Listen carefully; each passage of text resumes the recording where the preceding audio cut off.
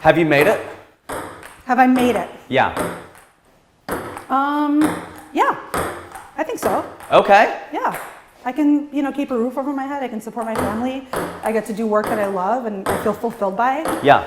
And I get to play ping pong, so. And you get to play ping pong in the middle of the day. Yeah, not even at night, but like in the middle of the day, which is great. No, I'm glad to hear you say that because most people say no. Yeah, I mean, do I have like it doesn't ambition? mean are you done? Yeah, no. I mean, I'm there's 10% of where I want to be, but if this was my life for the rest of my life, I always said this when my first film came out.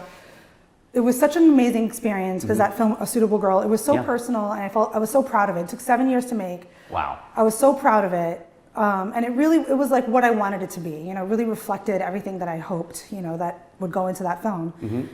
And I had a day job the whole time I was making that film until very recently. I still had a day job. Oh, wow. Like how recently? Weeks ago. Weeks ago, you still had a full-time, like 9 to 5? Sort of. I had a consulting gig. Okay. That was very hard. Immigrant mentality. It's like you need that steady check. Every month. I understand. So it's when that film came out, I was like, you know what? Like if this is my life, like if I make one film that I'm really proud of every 7 years, and I just chip away at it and I can support my family. Like by the time I die, I would have made 7, 8, hopefully, like God willing, 7, 8 films.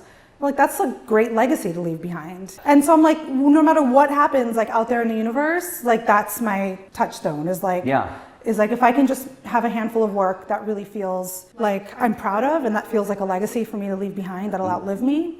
Can't ask for more in life. I feel that way about the I Am Indian video that I made.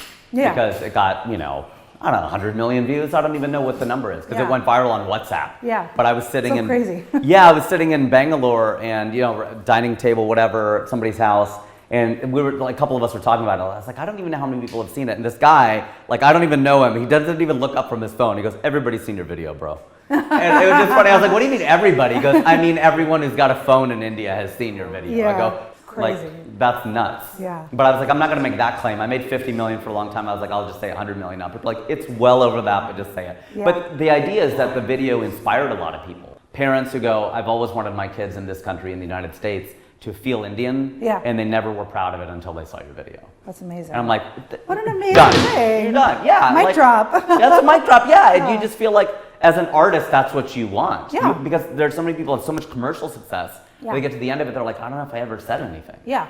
Exactly. And now you've done that with A Suitable Girl. It's there. Yeah. And you have too. Yeah. I have too. We've shifted culture. We've shifted culture. Yeah, that's exactly it. One question we often talk about, because I've organized this this thing called an entertainment meetup where we get a bunch of people together and it's a networking event kind of thing. How much has networking helped you in your career? Have you just kind of kept your head down and let your work speak for itself? Because sometimes I feel like all of these networking events are like, they're great, but what are we getting out of them? Yeah. How much has networking helped you? It's pretty much done everything for me. Okay. And it sort of starts with my dad. Okay. So my dad was like a pioneer, Desi guy in the film business. Yeah. He started making movies in 1980 and was for a long time like one of very few Indian people working out here. And so he really mentored, a lot of people. Yeah. And he loved going to like those things. He loved going to like the IFLA happy hours and like loved having coffee like, with people, young filmmakers who were like trying to figure out how to make it.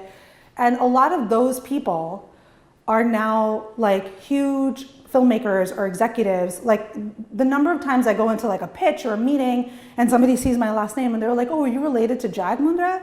And I say, "Yeah, I'm his daughter." And they were like, "Oh, we had tea at your house, or we like met your dad for coffee like at the Starbucks like on the corner where we live." And so he really believed in that. Yeah.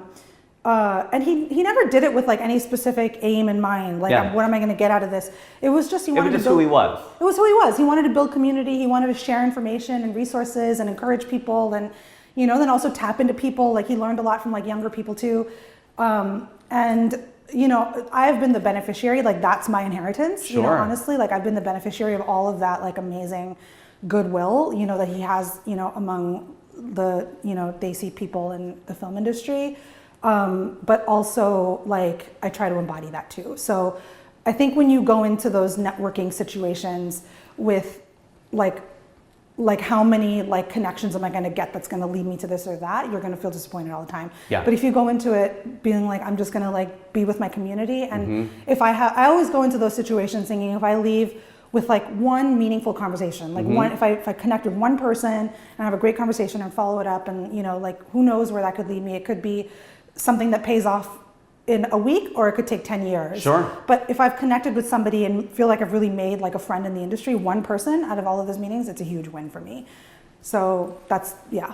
I love that. I always think of it that way, that, there's things that are there's a means and an end, And if we go into everything thinking that it's an end, you'll be happy.